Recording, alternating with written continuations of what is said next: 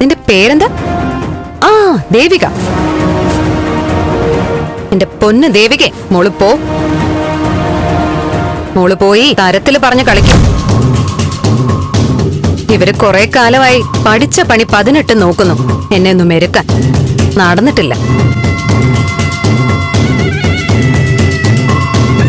ഞാൻ പഠിച്ചിരുന്ന സ്കൂളിലെയും കോളേജിലെയും സാറുമാരും എല്ലാം ശ്രമിച്ചു നോക്കി, അതും നടന്നില്ല. ചില കൂട്ടുകാരും നോക്കി, അവർക്കും പറ്റിയില്ല. ഇവർക്കൊന്നും പറ്റാത്തത് നിന്നെ കൊണ്ട് സാധിക്കുമെന്നും പറഞ്ഞാണോ സിനിമ സ്റ്റൈലിൽ ഇങ്ങനെ ലാൻഡ് ചെയ്തത്? നിനക്കെന്നെ ഒന്നും ചെയ്യാൻ പറ്റില്ല. കാരണം എന്താണെന്നറിയോ? എന്റെ ശരീരത്തിൽ ഓടുന്നതേ തന്റേടിയായ രാഷ്ട്രീയക്കാരന്റെ രക്തം. ജനനായകൻ സിദ്ധാർത്ഥൻ ചന്ദ്രോത്തിന്റെ രക്തം. തൊടാൻ പറ്റില്ല മോളെ. തൊടാൻ പറ്റുമെന്ന് കാണണം നിനക്ക്. കാണണം. അയ്യോ വേണ്ട മോളെ, എന്റെ കുഞ്ഞ് അല്ലെങ്കിൽ തന്നെ ഞങ്ങൾക്ക് ഒരു 100,000 പ്രശ്നങ്ങളാ. ദയവ് ചെയ്ത് കുട്ടി കൂടെ വന്ന് ഓരോന്നുണ്ടാക്കിയിടരുത്. കണ്ണുമുക്കില്ലാതെ നിക്ക ഇവള്.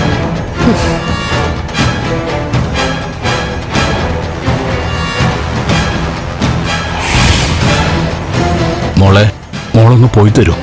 അപേക്ഷിക്കുക ഞങ്ങള്. തല്ലും ബഹളൊന്നും വേണ്ട. നിങ്ങൾ തല്ലി വളർത്താത്തതിന്റെ കുഴപ്പാ ഇതൊക്കെ. അവള് വീണ്ടും വീണ്ടും പറയുന്നത് കേട്ടില്ലേ, സിദ്ധാർത്ഥന്റെ മകളാണെന്ന്.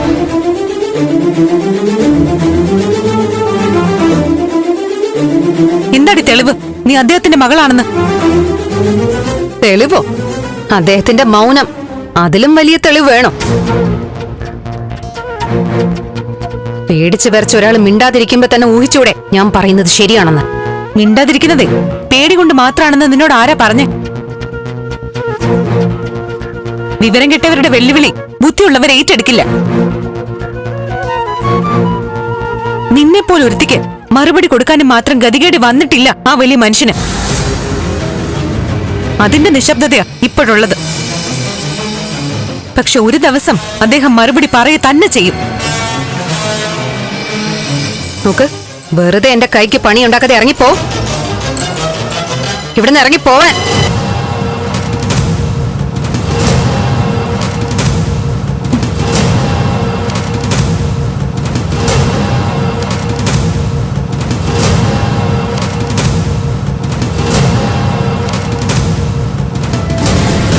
നോക്ക്, ഞാൻ നിന്നോട് അപേക്ഷിക്കുക, കാല് പിടിച്ച് പറയുക, അദ്ദേഹത്തെ വെറുതെ വിടണം.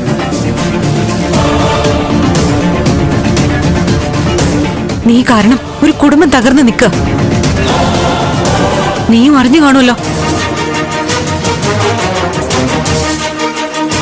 പ്ലീസ് തനുജ, ഞാൻ ദേഷ്യത്തിൽ എന്തൊക്കെയോ പറഞ്ഞു.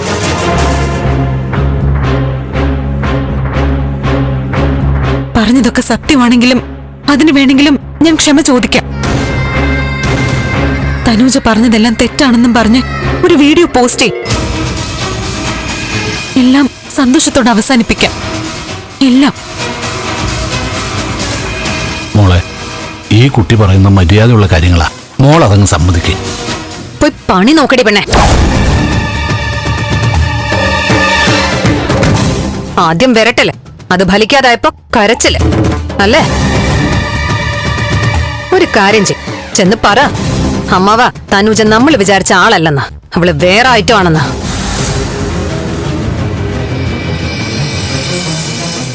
ചെല്ലേ.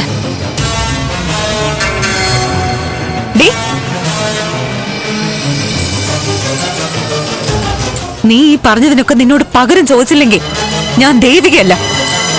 എന്നാ നീയും കേട്ടോ, ഇനി എന്റെ മത്സരം നിന്നോടും കൂടിയാ. ഞാൻ പറഞ്ഞത് സത്യമാണെന്ന് തെളിയിച്ചിട്ട് നിന്നെ കാണാൻ ഞാനൊന്ന് വരുന്നുണ്ട്.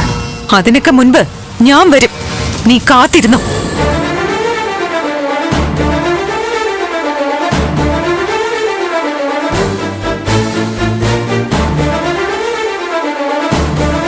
ഫ്ലവേഴ്സ് സ്മാർട്ട് ഷോ ഫെബ്രുവരി 15 ശനിയാഴ്ച ആരംഭിക്കുന്നു. ശനി ഞായർ ദിവസങ്ങളിൽ രാത്രി 9:30 ഫ്ലവേഴ്സിൽ.